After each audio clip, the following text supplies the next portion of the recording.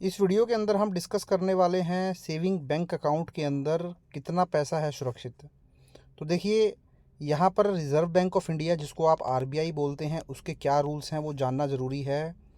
आज के ज़माने में डिजिटाइजेशन का युग है और यहाँ पर लगभग हर व्यक्ति का ही बैंक अकाउंट है। क्योंकि आप देखते होंगे, आप कोई सब्ज़ी ख़रीदने जाएं या किसी रेडी से कुछ खा लें या कोई छोटी सी दुकान हो, हर जगह आप देखेंगे यूपीआई यूज़ होता है। आप स्कैनर से पेमेंट कर देते हैं, चाहे वो गूगल पे हो, फ़ोन पे हो, पेटीएम हो।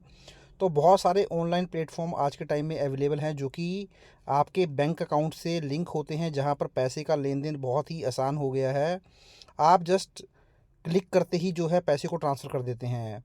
तो इसलिए इस वजह से आज के टाइम में जो है कैश बहुत कम रखते हैं लोग, और कैश की डिमांड भी जो है वो कम हो गई है। क्योंकि लोगों को ये लगता है कि घर में आप कैश रखेंगे या पॉकेट में कैश रखेंगे, इससे बेटर ये है कि बैंक अकाउंट में पैसा रखा जाए।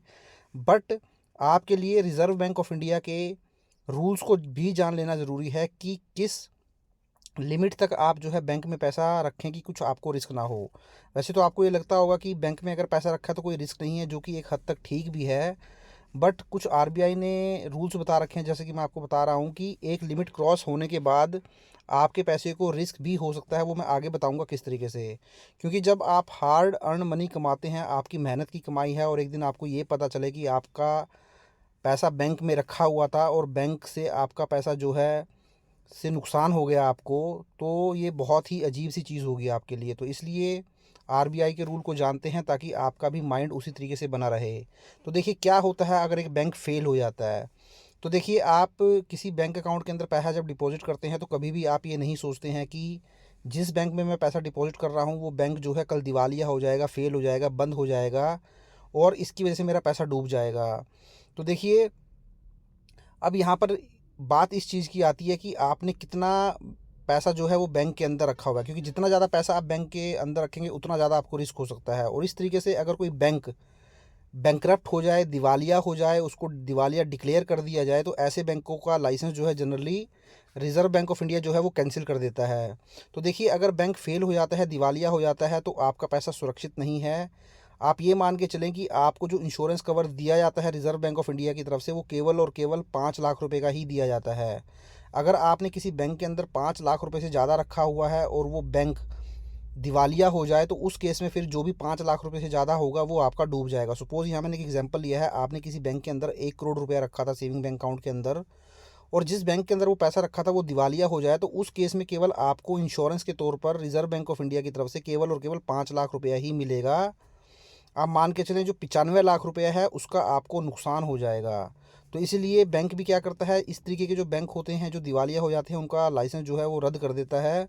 तो इन चीज़ों को आपको ध्यान में रखना है। बट जो मोस्ट इम्पोर्टेंट टाइप अब हम जो बात करेंगे वो ये करेंगे कि ठीक है, आपका बैंक दिवालिया हो सकता है, आपका पैसा डूब सकता है, बैंकों के अंदर भी एक लिमिट के बाद पैसा सिक्योर नहीं है।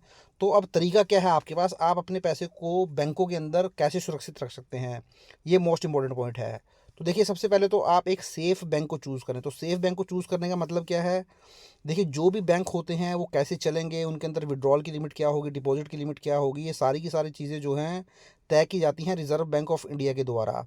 और सारी की सारी जो मॉनेटरी पॉलिसी होती हैं वो रिज़र्व बैंक ऑफ इंडिया ही बनाता है। तो रिज़र्व बैंक ऑफ इंडिया कभी नहीं ये चाहेगा कोई भी बैंक दिवालिया हो या कोई भी बैंक डूबे, क्योंकि इससे जो है इकोनॉमी, देश की जो इकोनॉमी है, आर्थिक व्यवस्था है, उसको नुकसान पहुंचता है। तो इसलिए आप भी क्या करें, जनरली सेफ़ बैंक अकाउंट के अंदर अपना जो है सेविंग अकाउंट ओपन करवाएं। अब सेफ़ बैंक अकाउंट कौन हो सकते हैं?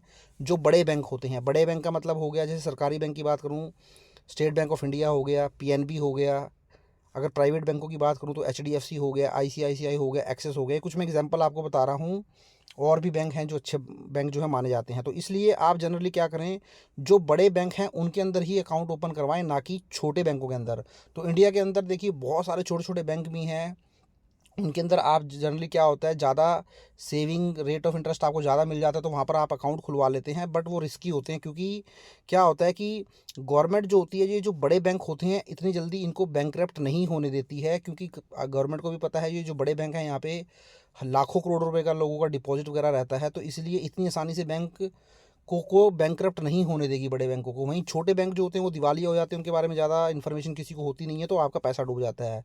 तो सबसे पहला काम तो आप ये करें, कभी भी छोटे छोटे बैंकों के अंदर अकाउंट ना खुलवाएं, आप बड़े बैंकों के अंदर अकाउंट खुलवाएं, जो कि नामी गिरामी बैंक है, जो मैंने आपको एग्जांपल कुछ बताए हैं। तो पहला ऑप्शन तो ये हो सकता है, आपका पैसा डूबने से बचाना चाहते हैं, क्योंकि ऐसे बैंकों को जो है सरकार का बैकअप होता है, सरकार इतनी आसानी से ऐसे बैंकों को डूबने नहीं देता है। दूसरा, you can keep account in 2 banks. तो देखिए यहाँ मैंने आपको बता दिया था, अगर आपका 10 लाख रुपए आपको डिपॉजिट करवाने हैं किसी बैंक में, या आप बोल सकते हैं 5 लाख से ज़्यादा, तो आप एक बड़े बैंक को चूज़ कर रहे हैं, जैसे कि मैंने आपको बताया SBI वगैरह, HDFC हो गया, ICICI हो। तो बड़े बैंक में आप पैसा रखेंगे तो ज़्यादा गारंटी है कि आपका पैसा सेफ रहेगा, क्योंकि ऐसे बैंक जल्दी डूबेंगे भी नहीं, और गवर्नमेंट भी नहीं चाहेगी कि ऐसे बैंक डूबे, क्योंकि गवर्नमेंट ऐसे बैंकों को सपोर्ट करता है। वहीं दूसरा ऑप्शन आपके पास क्या हो सकता है, सपोज़ आपने 10 लाख रुपए के 2 बैंक में डिपॉजिट करवाना चाहते हैं, उसमें कोई बैंक छोटा बैंक भी है आपका, तो कोई दिक्कत वाली बात नहीं है। तो आप ऐसे केस में 2 बैंक अकाउंट जो है ओपन करवा लें। तो 5 लाख से ज़्यादा जो भी आप डिपॉजिट करवाना चाहते हैं, अगर वो 2 बैंकों के अंदर रखेंगे, एक बैंक के अंदर 5 लाख से कम रखेंगे, तो उसमें आपको ये फ़ायदा रहेगा, अगर आपका कोई बैंक डूब भी जाता है तो उस केस में फिर आपको, क्योंकि एक बैंक की जो लिमिट है वो 5 लाख रुपए की है, जो RBI गारंटी लेता है, तो आपको एटलीस्ट वो जो भी 5 लाख रुपए से कम होगा वो मिल जाएगा। सपोज़ एक अकाउंट आपने खुलवा लिया ICICI बैंक में, एक आपने जो बैंक अकाउंट खुलवा लिया, सपोज़ करें वो येस बैंक में खुलवा लिया। अब सपोज़ करें जो येस बैंक है, जो आपने पैसा रखा था 5 लाख रुपए आपने रखा था ICICI बैंक में, और 5 लाख रखा था येस बैंक में। सपोज़ अब येस बैंक डूब जाता है, तो उस केस में अब वो जो येस बैंक 5 लाख रुपए रखा था आपका, वो डूब जाता है, तो आपको 5 लाख रुपए रिकवर हो जाएगा, क्योंकि वहाँ पे आपको RBI जो है वो एक मिनिमम गारंटी देता है 5 लाख रुपीज़ की। तो दूसरा ऑप्शन ये होता है कि जो भी 5 लाख रुपए से आप ज़्यादा रखें, वो डिफरेंट डिफरेंट बैंकों के अंदर रखें, और जो लिमिट है वो 5 लाख से कम ही रखें, ताकि आपका कुछ ऐसा बैंक कोई दिवालिया होता है तो आपका पूरा पैसा जो है वो रिकवर हो जाए। तीसरा हम देख लेते हैं, government protect against money loss. तो देखिए गवर्नमेंट भी प्रोटेक्ट करता है मनी लॉस के अगेंस्ट में। तो देखिए जैसा कि मैंने आपको बताया था कि 5 लाख रुपए तक की कवरेज आपको मिल जाती है। उसके बाद देखिए, ensure the safety of customer money, the RBI merge failing bank with another bank in case of bankruptcy. तो कई केसेस में क्या होता है, अगर कोई बैंक फेल भी हो जाता है तो उस बैंक को क्या करता है, मर्ज कर देता है किसी दूसरे बैंक के साथ, तो जिससे लोगों का जो पैसा डूबना था वो बच जाता है। सपोज़ करें कोई एक्स बैंक है, वो फेल हो गया, तो उस बैंक को अब क्या करेगा, किसी दूसरे बैंक से बात करेगा, अगर वो बैंक भी अपना इंटरेस्ट दिखाता है, तो ऐसे बैंकों को उस बैंक के साथ मर्ज कर दिया जाएगा, ताकि आप लोगों को जो है वो नुकसान ना हो। तो कुछ गवर्नमेंट भी आपको हेल्प कर देती है।